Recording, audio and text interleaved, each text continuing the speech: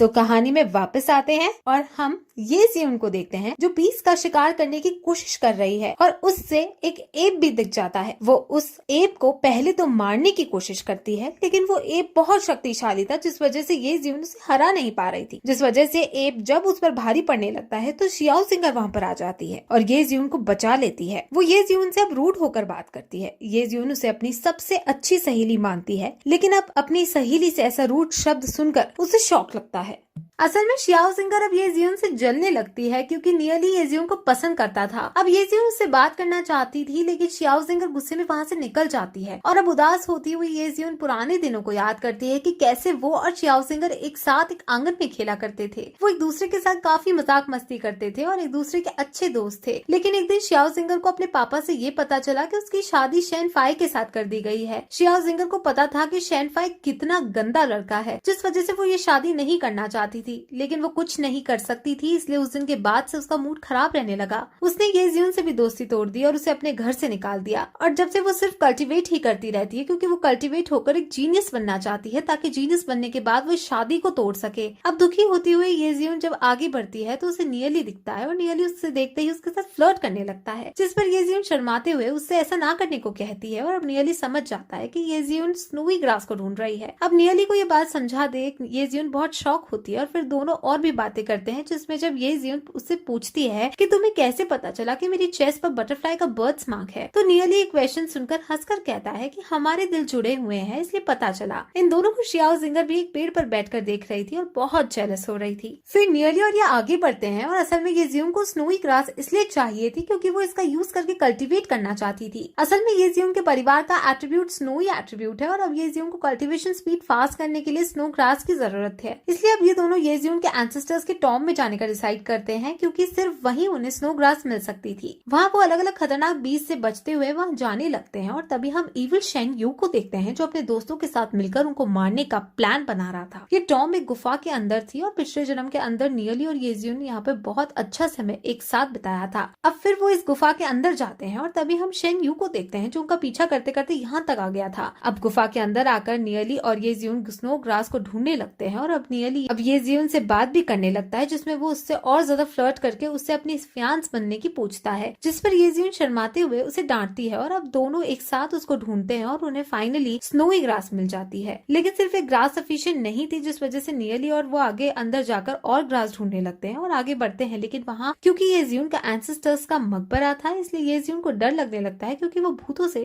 डरती थी। इसलिए वो नियली का हाथ पकड़ने के लिए नियली से पूछती है और इस सुनहरे अवसर को नियली अपने हाथों से जाने नहीं देता और वो दोनों आगे बढ़ते हैं और उन्हें एंसेस्टर्स के कई सारे टॉम दिखते हैं। वहाँ उनके पीछे शेन यू भी आ जाता है और वो नियली को येजियन के पास देकर जलने लगता है और वो जलन के मारे इन दोनों को यही मारने का डिसाइड करता है और इसलिए वो गुफा से बाहर जाने के रास्ते में बहुत बड़ी बर्फ की दीवार खड़ी कर देता है। वो उन्हें गुफा के अंदर ही हमेशा के लिए बंद करना चाहता था। वहीं येजियन और नियली एंसेस्टर्स को नमस्कार करने लगते हैं और तभी अचानक वहाँ एक स्पिरिट उनके सामने आती है। वो स्पिरिट अपने आप को यहाँ का रक्षक बताती है और कहती है कि तुम दोनों यहाँ से भाग जाओ वरना बहुत बुरा होगा। और फिर वहाँ बहुत तेज हवा चलने लगती है जिस वजह से नियली और येजियन उड़कर अपने आप टॉम से दूर हो जाते हैं। अब उन्होंने क्योंकि स्नोवी ग्रास हासिल कर ली थी इसलिए नियली और वो वापस जाने का डिसाइड करते हैं, लेकिन वापस जाते वक्त वो एग्जिट को बंद हुआ पाते हैं और नियली समझ जाता है कि ये शेन यू का ही काम है। वो दोनों उसे चाहकर भी नहीं तोड़ पा रहे होते हैं, इसलिए अब वो वापस टॉम के पास जाने का डिसाइड करते हैं। वो दोनों अब वापस टॉम के पास जाकर टॉम के रक्षक से मदद मांगते हैं और उन्हें सब बताते हैं, जिस पर टॉम का रक्षक येजियन की तो मदद करने को तैयार हो जाता है, लेकिन वो नियली से उसका इंट्रोडक्शन पूछता है, जिस पर नियली अपने आप को येजियन का फियांस बताता है। और अब क्योंकि येजियन और नियली दोनों उसी परिवार के हैं इसलिए रक्षक उनकी मदद को तैयार हो जाता है और वो येजियन को ताकत देने लगता है। वो येजियन को इतनी ताकत देता है जिससे वो एग्जिट में खड़ी बर्फ की दीवार को तोड़ सके और अब पावर देकर येजियन को उसे स्टेबल करने के लिए मेडिटेट करना था,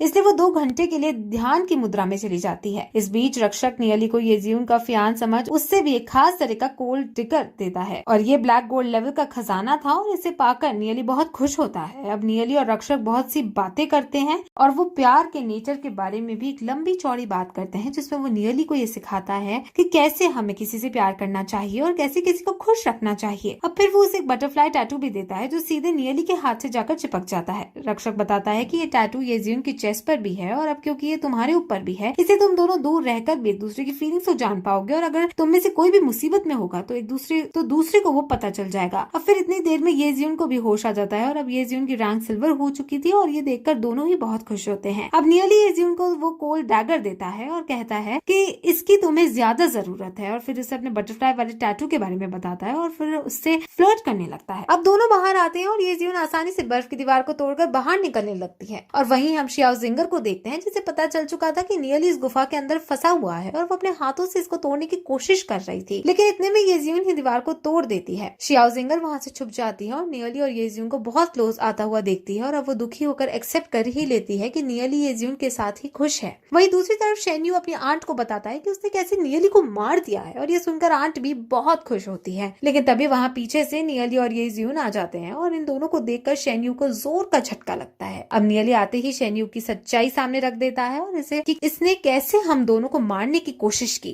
अब क्योंकि इसमें सिटी लॉर्ड की बेटी यानी येजियुन भी शामिल थी, इसे टीचर घबरा जाती है क्योंकि अगर सेक्रेट फैमिली का इसमें नाम आया तो सिटी लॉर्ड सेक्रेट फैमिली को छोड़ेगी नहीं। इससे टीचर नियली से इसका प्रूफ मांगती है। अब उनमें बहस ज्यादा बढ़ जाती है और तभी वहाँ शियाओ जिंगर भी आती है और वो नियली के पक्ष में गवाही देते हुए कहती है कि मैंने शेन्यू को आइस केव के बाहर देखा था। अब टीचर बहस में हारने लगती है और वो अपनी इज्जत बचाने के लिए ये ऐलान कर देती है कि इसकी एक बड़े लेवल पर जांच की जाएगी और अगर शेन्यू दोषी साबित हुआ तो इसे सेक्रेट फैमिली से निकाल दिया जाएगा और इसे बहुत बड़ी सजा भी दी जाएगी। अब फिर सब वहाँ से जाने लगते हैं और येजियुन शियाओ जिंगर के पास जाकर उसे नियली के पक्ष में गवाही देने के लिए धन्यवाद बोलती है, लेकिन शियाओ जिंगर अब भी उससे रूडली बात करती है। वहीं हम प्रिंसिपल और वाइस प्रिंसिपल को देखते हैं जो ये सब बातें छुपकर देख रहे थे और ये भी डिसाइड करते हैं कि वो अपने तरीके से इस मामले की जांच करेंगे और अगर सेक्रेट फैमिली दोषी होगी तो उसे सजा देंगे। अब फिर रात को हम शियाओ जिंगर को देखते हैं जो अपने फादर के पास आती है और वहाँ आप दोनों बातें करते हैं और अब हमें यहाँ से पता चलता है कि शियाओ जिंगर ने अभी अपने फादर को अपने अंकल के बारे में नहीं बताया है कि वो कितने बुरे इंसान है। उसके फादर शियाओ जिंगर को बताते हैं कि शियाओ यी और चेयरमैन शियाओ टी माउंटेन पर इन्वेस्टिगेट करने गए थे और वहाँ उनको मधुमक्खियों ने काट लिया था। उसके फादर को ये नहीं पता था कि वो नियली को मारने गए थे और नियली ने ट्रैप रच उनको मधुमक्खियों से कटवाया था। और फिर अब हम नियली को देखते हैं जो एल्केमी एसोसिएशन के अंदर बैठा था और वहाँ पर वो येजियुन के लिए एक खास बिल बना रहा था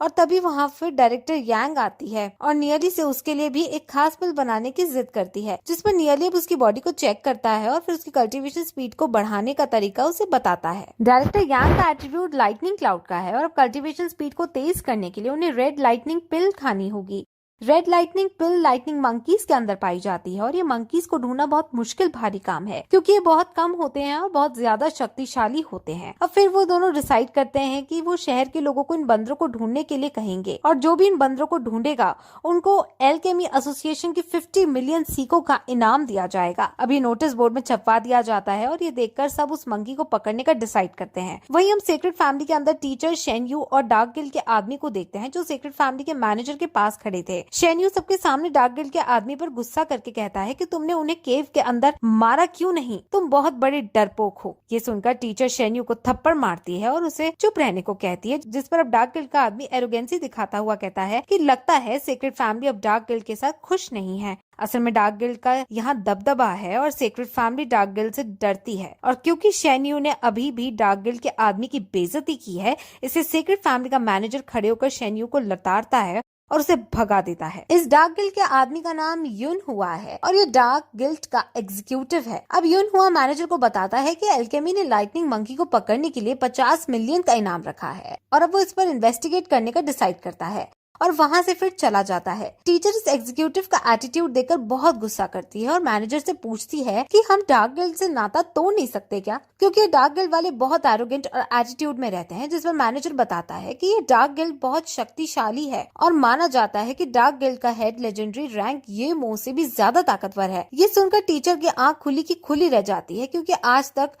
तक उसने किसी भी ऐसे बंदे के बारे में नहीं सुना था जो ये मो से ज्यादा शक्तिशाली हो। अब फिर मैनेजर टीचर को एल्केमी हाउस के ऑक्शन में जाने को कहता है क्योंकि वहां पर उससे बहुत सारी खास पिल्स मिल सकती हैं। वहीं अब डार्क गिल्ड का वो एग्जीक्यूटिव अपने आदमियों को एलाकार माउंटेन्स में ले जाता है और वहां अपने आदमियों से लाइटनिंग मंकी को पकड़ने के लिए कहता है, जिस पर जब उसके आदमी उससे पूछते हैं कि हमें तो ये इन्वेस्टिगेट करना था कि डायरेक्टर यांग को आखिर ये मंकीज चाहिए क्यों, तो हम इन्वेस्टिगेशन को छोड़कर यहाँ मंकीज को क्यों पकड़ रहे हैं। जिस पर एग्जीक्यूटिव बताता है कि हम सभी यहाँ पर गोल्ड रैंक के हैं और एल्केमी एसोसिएशन के अंदर सभी प्रोफेशनल्स हैं, जिस वजह से वो हमें तुरंत मार डालेंगे, लेकिन अगर हम मंकीज को पकड़कर उन्हें देंगे तो हमें 50 मिलियन तो मिलेंगे ही और हमें और ज्यादा जानने को मिलेगा। वहीं नियली जो डायरेक्टर यांग के पास था, वहाँ पर अब प्रेसिडेंट आते हैं और वो उसे उस बुक को जो वो टेबल के नीचे लगाया करते थे उस बुक को ट्रांसलेट करने को कहते हैं, क्योंकि इस बुक में कुछ ऐसा लिखा है जिसका यूज करके वो एक ऐसी पिल बना सकते हैं जो शियाओ फेंग के बहुत काम आने वाली है। अब नियली मान जाता है और वो बुक ट्रांसलेट करने लगता है। अब फिर रात हो जाती है और हमें ये जियून को दिखाते हैं जो लाइब्रेरी के अंदर नियली का वेट कर रही थी। वो नियली के बारे में ही सोच रही थी और तभी वहाँ नियली आ जाता है और नियली फिर से उससे फ्लर्ट करने लगता है और अब वो उसके लिए जो उसने पिल बनाई थी वो उसे देता है। अब ये जियून फिर वापस अपने घर चली जाती है जहाँ उसके पापा दिखते हैं जो उसे इतनी लेट घर आने के लिए लड़ते हैं, क्योंकि असल में डार्क गिल्ड का खतरा उनके सिर पर मंडरा रहा था और सिटी लॉर्ड नहीं चाहते थे कि डार्क गिल्ड ये जियून को कोई नुकसान पहुंचाए। वो उसे बहुत ज्यादा डांटते हैं और कहते हैं कि तुम्हें अपनी कल्टीवेशन पर ध्यान देना चाहिए और सिल्वर रैंक हासिल करनी चाहिए। अब ये जियून उन्हें बताने लगती है कि कैसे वो गुफा में गई और उसने सिल्वर रैंक हासिल की, लेकिन वो अपनी बात को पूरा नहीं कर पाती और बात को पूरा करने से पहले उसके पापा उसे और डांटने लगते हैं क्योंकि वो गुफा के अंदर गई थी। अब ये जियून उदास होकर रोने लगती है। वही दूसरी तरफ हम डार्क गिल्ड के आदमियों को देखते हैं जो नियली को